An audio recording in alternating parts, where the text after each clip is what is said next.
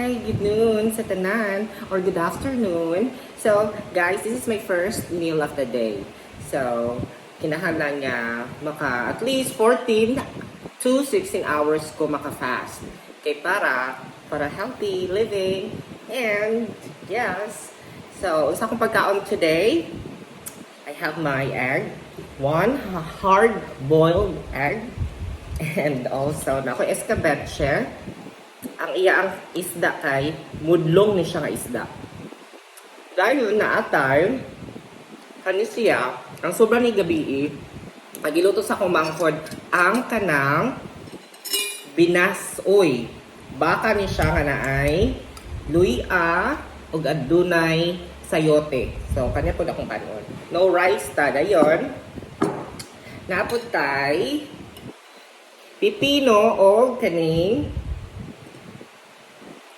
Palia. Wow, this is my favorite. Ako rin siya, gibutangan og suka ug asin. Yung pugan, gamay lang, gamay. Without kanang asin-asin pa. Puga. Kaya ginahan ko mas pait. Okay, para maanad sa kapait sa kinabuhi. So, mga unta, let's eat. Dami kayo maluto akong manghod. Maka-proud. Gusto makalabad. Ba't lamig siya maluto? Oh my God, wapag hapon siya. Dami. Dahil naapot ay isda. Oh, escabeche ni siya.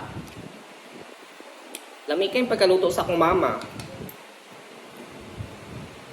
Ako kabalo man ko muluto, pero bilisan ako ihatag ang chance na makita akong talent, hidden talent. Na, kalami. Paspas na yun. Okay? Gutom na. Nakamot na delay. Ang dinamos nga akong tinimplahan. Hindi na siya mawala. Wow, perfect. Nabusog man di itaw bisag walay rice, no? So, feeling na ako mapadayon na ko siya. Ug ang ako ang exercise. Hapit ko na bulunan. Sa bulunan ko gamay. Unang, minom tag tubig. Okay, sige. Bye! Para makapadayon ko kaon. Bye-bye!